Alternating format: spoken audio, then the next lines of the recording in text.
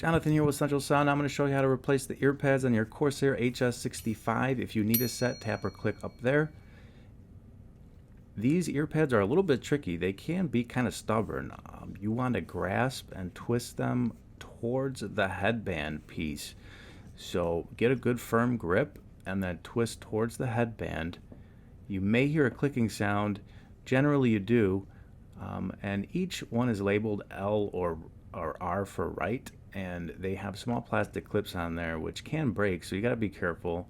Each ear pad is labeled left or right. You want to make sure you're using the correct one for the correct side. They are different.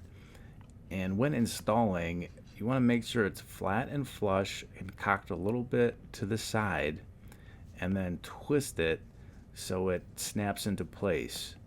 You may or may not hear a clicking noise.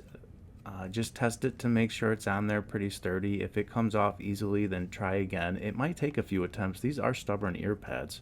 If you found this video helpful, please consider liking and subscribing to our channel.